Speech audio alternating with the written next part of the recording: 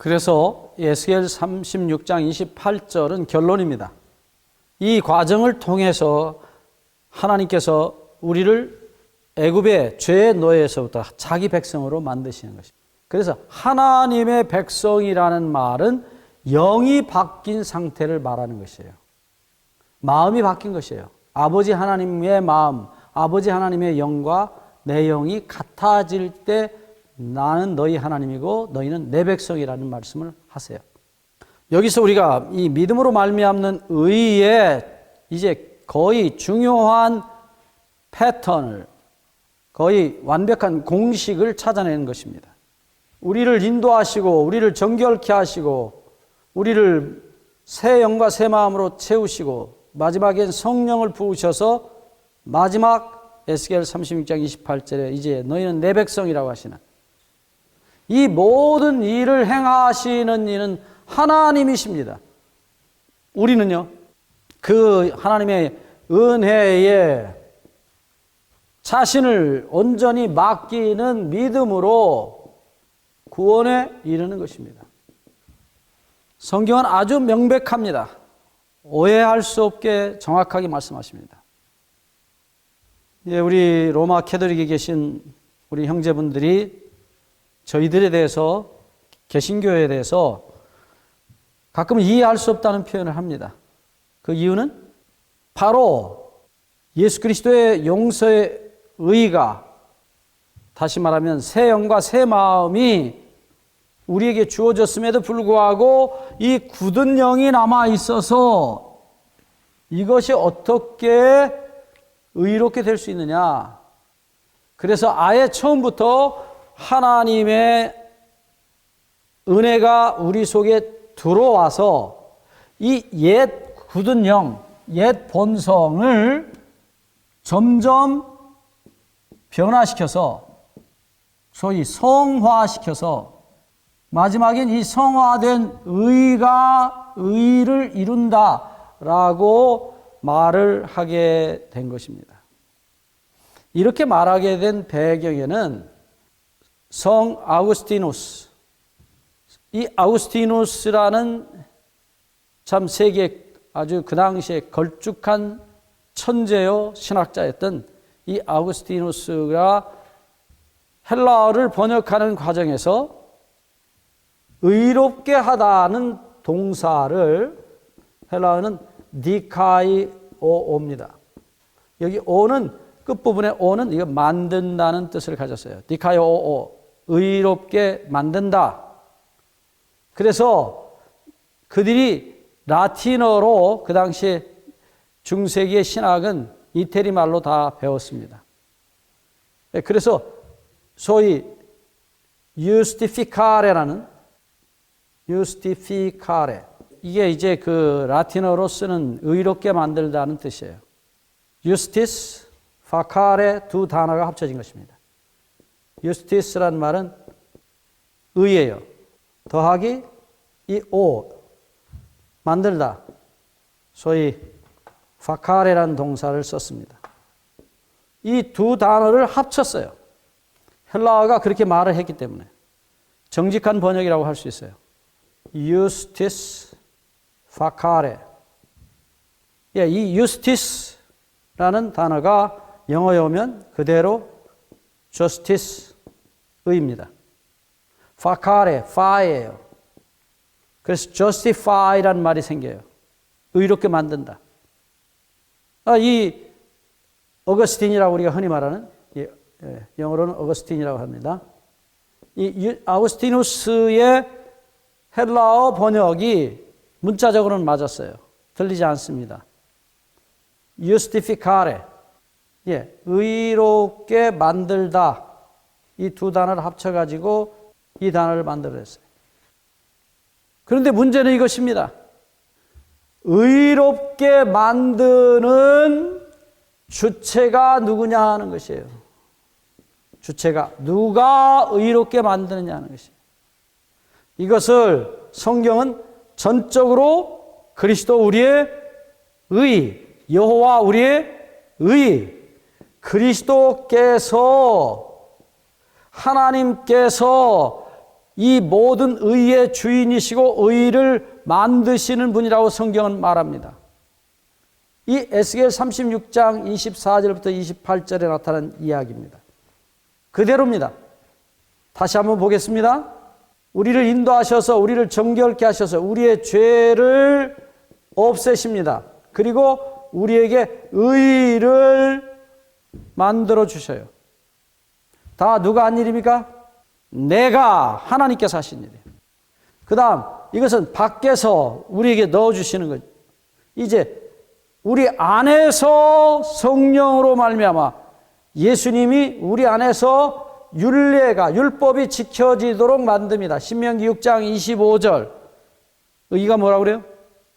하나님의 모든 율법을 지킨 것입니다. 그래서 이 의를 우리 안에서 다시 만들어 주셔요. 여기 전체 주체가 누굽니까? 누가 하시는 일입니까? 하나님께서, 여호와께서 하시는 일. 신약에는 그리스도께서 하시는 일. 그래서 대명제 고린도전서 1장 30절 그리스도는 하나님께로서 나와서 우리에게 의로움이 되셨다고. 그리스도가 우리의 의이신 것입니다. 이때 우리 인간이 하는 일은 처음부터 끝까지 다 맡기는 오직 믿음에 의해서 하나님이 하시는 일을 허락하고 동의하고 그분이 우리 안에서 우리 밖에서 하시는 일에 전적으로 자신을 맡기는 믿음, 오직 하나님의 역사에 자신을 맡긴 그 믿음에 의해서 그리스도는 우리 안에서 우리 밖에서 의를 이루신다고 성경은 말씀하는 거예요. 이 공식은 참으로 중요합니다. 그런데 문제는 우리 속에 있는 이 죄의 굳은 영, 이 옛 본성을 이것을 변화시키려고 인간이 노력하다 보니까 우리 로마 캐토릭 형제들의 말처럼 루터가 하는 말은 이것은 문제가 있다. 뭐 의의 옷을 입혀주시는 거 다 좋은데 우리 속에 있는 이 죄의 본성이 변하지 않는다. 이게 변해야 의롭게 되는 것이다. 여러분, 이것 때문에 지금까지도 수백 년 동안 500년이 다 되는 이 세월을 싸우고 있는 것입니다. 가슴 아픈 얘기죠. 우리가 다 아는 대로 작년이 1517년으로부터 500년이 지난 루터가 종교개혁을 일으켰던 500년째 되는 해였어요. 그러나 아직도 논쟁이 계속되고 있습니다. 우리는 로마 캐토릭 형제들의 의견에 대해서 절대 무시하지 않습니다. 그분들도 어떻게 하면 예수 그리스도 안에서 의롭게 되려고 노력하는 분들이에요. 수많은 일들을 합니다. 그러나 명백한 것은 우리 안에 있는 새 영이 문제가 아니고 우리 안에 남겨두신 이 굳은 영, 옛 죄의 본성을 어떻게 변화시키고 어떻게 없앨 것인가. 이것에 집착한 나머지 하나님의 은혜가 내 안에 들어와서 내 죄의 본성을 변화시켜야 의롭게 된다는 또 다른 성경에 없는 새로운 가지를 친 것이 문제가 된 것이에요. 이 굳은 영, 우리 육신의 본성을 성경은 죄라고 말하고 있어요. 우리 십자가 공부할 때 이미 말씀드렸어요. 그것은 우리 스스로, 우리 중에 어느 누구도 해결할 길이 없습니다. 다시 얘기합니다. 이 굳은 영, 육신의 본성을 죄라고 성경은 말합니다. 이것을 주님께서 분명히 고린도후서 5장 21절에 십자가로 가져가시고 우리를 위하여, 우리를 대신하여 죄가 되셔서 하나님의 영원한 심판과 저주를 받으십니다. 그래서 이것은 이미 법적인 해결이 끝난, 이것은 이미 이 죄의 본성에 대한 사법적인 책임은 주님께서 이미 법적으로 해결하셨어요. 영원한 속죄를 이루어 놓으셨어요. 거듭나는 것은 이 옛 본성, 육신의 본성을 용서받는 것이 문제가 아니고 우리 안에 새 영이 창조되어서 우리가 하나님처럼, 예수님처럼 의롭게 되는 것입니다. 그리고 이 의의 본성이 우리에게 심어졌을 때에, 새 영이 우리에게 주어졌을 때 그 안에 하나님의 약속하신 대로 성령이 들어오셔서 우리가 할 수 없는 의의 열매를 맺히겠다고 말씀합니다. 의의 열매입니다. 그래서 의의 열매가 맺혀지지 아니하면 그것은 거짓 믿음이고 거짓 의입니다. 믿음으로 의롭게 된 자들의 삶에는 반드시 의의 열매가 맺힙니다. 그것을 헬라어로 지난번에 공부했습니다.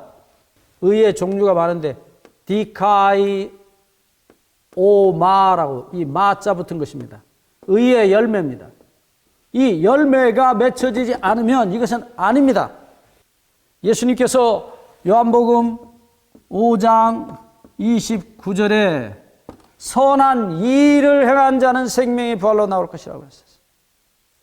믿음으로 고른다고 하신 예수님이, 너희가 나를 믿으면 영생을 가졌다고 말씀하신 주님이 부활할 때 선한 일을 한 사람은 생명의 부활로, 일을 말씀하세요.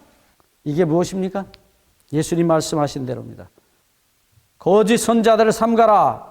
무엇으로 그들을 알 것이라고 그랬어요? 그들의 열매로 알 것이라고 말씀했습니다. 의의 열매가 맺혀지지 아니하면 그는 의의 나무가 아니에요. 그는 여전히 똘배나무지 맛있는 신고배나무가 아닙니다. 우리가 그리스도 안에서 새 나무로 새 영을 받고 새 나무로 새 종자로 거듭나지 않았으면 결단코 의의 열매가 맺힐 수 없습니다.